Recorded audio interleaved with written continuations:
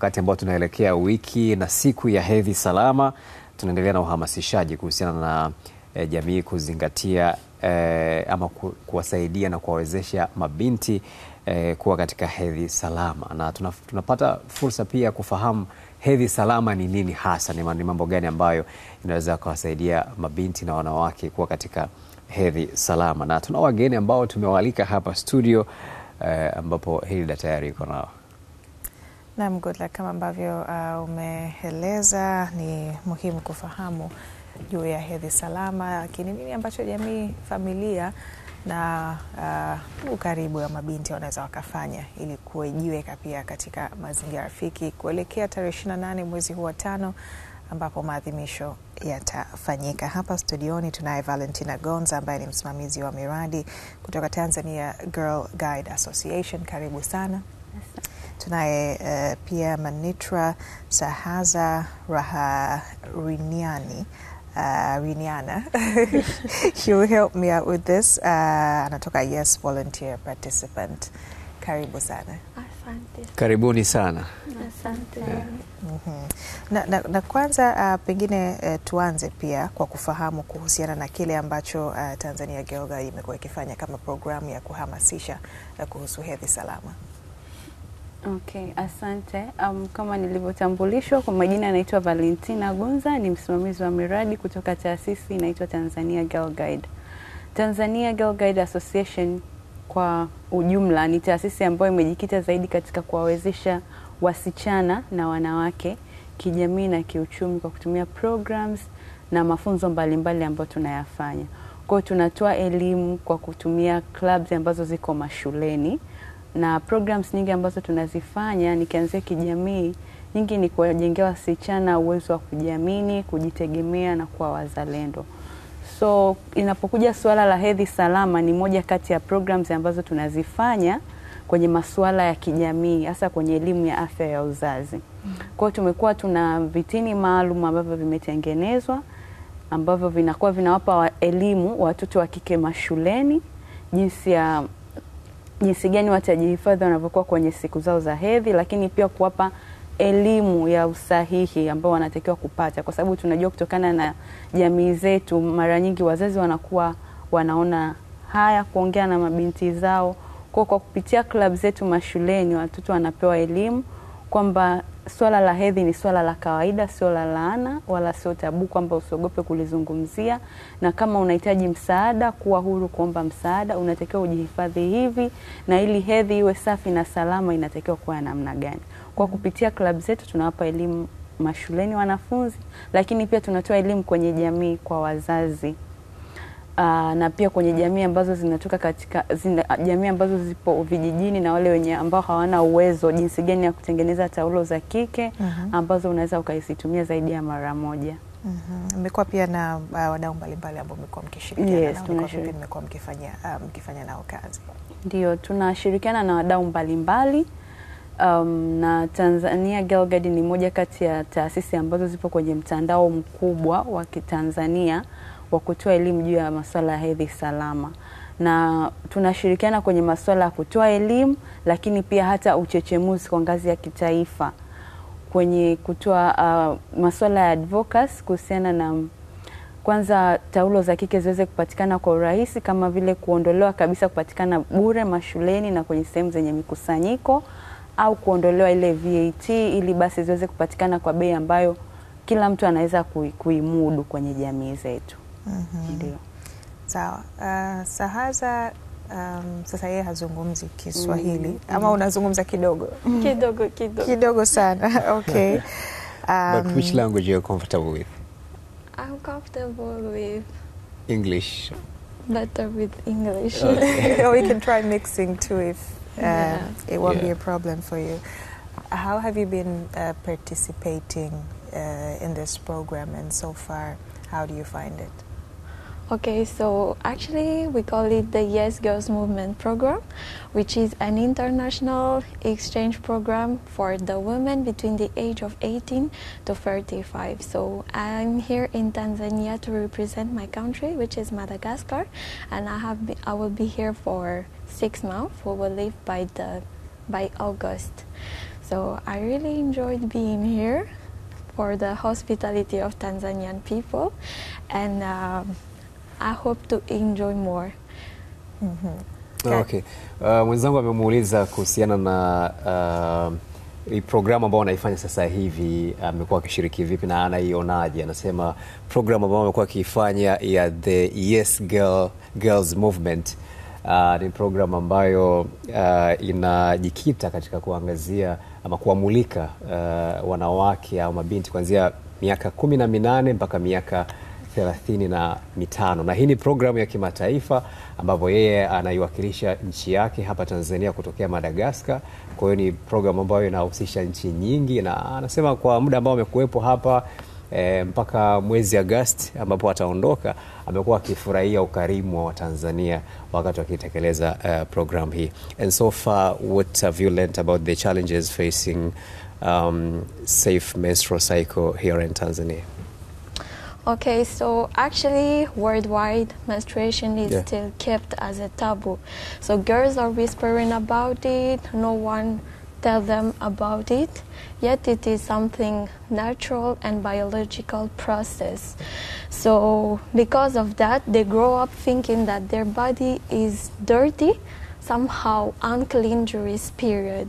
So because of that, they are facing different challenges, such as emotional, because they are embarrassed, they are facing anxiety, and then because we don't speak about it, so there is a lack of information. So we keep quiet about this challenge, and then there is the poor menstruation hygiene management. They don't know what to do during their period, and then this may affect their health on infections. And then because of that also, this will impact their education, because they lack information, and then they are using unsafe practice. I've heard that in Tanzania some girls don't have access to affordable menstruation products, and so they are using ugali mattress during their menstruation, which is not good actually, and it will impact their daily life and especially their education. They will drop out from school, so we have to speak about it. I can say you're learning too fast. You have also learned about ugali now. Sasa tu kwa muktasari mfupi, kwa sababu mmezungumza mengi. Mwenzangu amemuuliza kuhusiana na changamoto hasa ambazo amejifunza hapa nchini juu ya hedhi salama, na Sahaza ameeleza kwamba moja kati ya kitu ambacho anaona na si tu hapa nchini, hiyo ipo katika maeneo mbalimbali, kwa sababu hedhi salama imekuwa ni kama mwiko ama tabu, jambo ambalo limekuwa halizungumzwi kwa uwazi. Mabinti wamekuwa hawaelezwi juu ya taratibu ama njia sahihi ama namna sahihi pia ya kujitunza wakati wa hedhi. Kwa hivyo wanaona kama ni kitu ambacho hakizungumzwi, kwa kila mmoja anaweza akafanya kwa utashi wake, na wengi wao inaonekana pia kama ni kitu cha uchafu ama kitu ambacho pia hafai kukieleza kwa wazi, na hii imekuwa ikiathiri si tu afya zao, lakini imekuwa pia ikiathiri katika elimu ambayo wamekuwa wakipata, kwa sababu tumeona changamoto kama hizo. Wengine kutokana pia na gharama za taulo za kike wamekuwa wakitumia vitu mbadala ambavyo vimekuwa sio rafiki kwa afya, na zimeweza kuathiri kwa namna mbalimbali. Kabisa. Sasa wamesema pia wamekuwa wakitumia ugali, vipande vya magodoro kujisitiri, badala ya kutumia taulo safi maalum. Na katika hili Valentina, umetuambia kwamba mmekuwa mkiwafunza pia namna ya kuandaa zile taulo ambazo wanaweza wakazitumia mara kwa mara. Mmeona ikisaidia kwa kiasi gani mabinti hawa ambao mmewafikia mpaka sasa? Okay, kwa mabinti ambao tumeweza kuwafikia na kuwapa hayo mafunzo ya namna kutengeneza taulo za kike ambazo wanaweza kutumia zaidi ya mara moja, imewasaidia sana, kwa sababu kama ambavyo ameongea Sahaza kwamba swala la kutopata vifaa sahihi vya kujihifadhia sio tu lina athiri afya zao, lakini linawafanya pia washindwe kushiriki kwenye majukumu yao ya kila siku, mfano shuleni, shughuli za uzalishaji wa kiuchumi.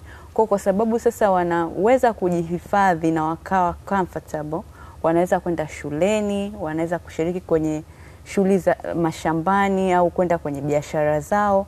Kwa hiyo imewawezesha wao kuweza kushiriki kikamilifu kwenye shughuli zao binafsi. Lakini pia hata afya zao sasa hivi ziko, tuseme wako sehemu salama, kwa sababu sasa hivi wanaweza kujihifadhi, wanaweza kufua zikaanikwa, na hata anapokuja kwenye mzunguko wake mara ya pili ana uhakika kwamba nitakuwa salama na nitajisikia huru kwa sababu unaweza kujihifadhi. Na kuna jamii zingine ambazo sasa wameweza kutumia hiyo kama sehemu yao ya kujiingizia kipato. Wanatengeneza zile taulo za kike, wanaziuza kwenye community zao. Yes. So we have seen how this has been a challenge across the continent. And what do you think are the best strategies that the governments in Africa should apply to make sure that we get rid of this problem? Okay, so as I said earlier, we have the menstruation is just a natural and biological process. So first of all, we have the Red Pride Week, which is a time for us to raise awareness creation and speak out and call for action to decision makers regarding the stigmas girls are facing during their menstruation. So it will start this Monday. So we will start to advocate about menstruation. So we are suggesting and we are advocating for affordable menstruation products such as pads, menstruation cups, so that girls can buy them and use them properly. And besides, we are also advocating on safe and clean facilities with running water, like infrastructures where we can take care of ourselves during our menstruation. Sahaza, mwenzangu amemuuliza kuhusiana na kutokana na changamoto hizi ambazo si tu hapa nchini, lakini tumeshuhudia bara la Afrika ikiwa na changamoto ambazo zimefanana katika masuala ya hedhi. Nini ambacho anaona kinaweza kusaidia katika hili? Na amezungumzia kwamba kwa sababu ni jambo la kibiolojia kama ambavyo alikuwa ameeleza awali na halikwepeki, ni muhimu kuendelea kufanya vitu sahihi, ikiwemo pia wiki inayofuata ni wiki ambayo itakuza zaidi uelewa, ambayo itaanza Jumatatu na itakuwa ni wiki ya hedhi salama, uelewa kuhusiana na hedhi salama. Kwa hivyo mambo ambayo wanasema yanapaswa kufanyika ni pamoja na kuwa na bei nafuu na rafiki ya vifaa ama pads ambazo mabinti wanahitaji pia kujistiri katika kipindi hichi, pamoja pia na kuwa na facilities. Yeah, kabisa. Na pia kuna wakati ulikuwa na mjadala mkubwa kuhusiana na kodi ama ushuru ambao unatozwa kwenye hizi sanitary pads. We had a very big discussion here in Tanzania. I don't know about Madagascar on how these governments should remove tariffs on pads. But that doesn't seem to pay off. I don't know what should be done. I don't know where we are getting on standstill, but I think it's something we need to keep on pushing hard. Sijui ni kitu gani ambacho kinaweza kikafanyika ili kuhakikisha kwamba hizi serikali zinakubaliana kuondoa ushuru kwenye ped. Okay, kipindi kile ambacho kilikuwa kuna huo mjadala, serikali iliondoa VAT. Lakini changamoto iliyotokea ni kwamba serikali iliondoa VAT, lakini wafanyabiashara hawakushusha gharama za pedi. Kwa hiyo serikali ikaona kama hakuna faida yoyote, ikawa imerudishwa. Kwa bado tuna advocate kwenye hilo swala kwamba inachotakiwa sasa baada ya kuondoa ile VAT ilitakiwa ufuatiliaji kwa hawa watu ambao ni wazalishaji na wauzaji, kwamba kama VAT imeondolewa ni mbinu zipi au mchakato upi unaofanyika ili bei ya zile taulo za kike au pads iwe sawa na iwe affordable kwa Watanzania wote, na sio tu kwamba kwa sababu imeondolewa basi wanufaike wauzaji, kwa sababu sasa hivi wao wameondolewa tariff lakini bei ziko pale pale na watu bado wanaendelea kuumia. Kwa hiyo bado mchakato unaendelea, bado tuna advocate na tunaamini serikali inatusikia na italifanyia kazi. I'd also like to get your point of view on that. What should be done? It seems to be so hard for governments in Africa to remove tariffs in sanitary pads. Okay, so for that one, because we are also using eco-friendly, so because also one thing is that buying pads every month is also expensive, right? So we are also advocating, and we are also encouraging young women on using reusable pads, so that we don't have to buy pads like every month. We have alternatives such as the reusable pads, the menstruation cup, because for that one they don't have to buy it every month. Sure. Kuhusu mtazamo wake juu ya nini kifanyike hasa katika kusaidia serikali kupunguza ama kuondosha kodi katika taulo za kike na bidhaa hizi za hedhi. Yeye amesema mtazamo wake zaidi umejikita katika njia ambazo zimekuwa eco-friendly ama ni rafiki kwa mazingira, na mtazamo wake ni kwamba kutumia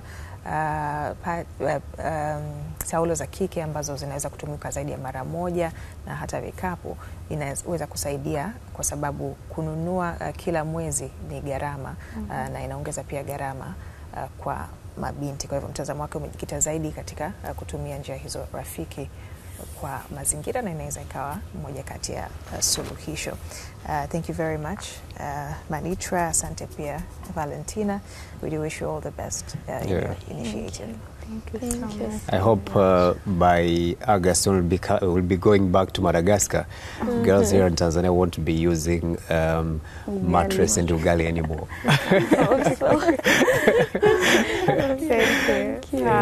much. Tunakamilisha hivyo kwa sasa, tukizungumza hapa kuhusiana na uhamasishaji juu ya matumizi ama juu ya hedhi salama.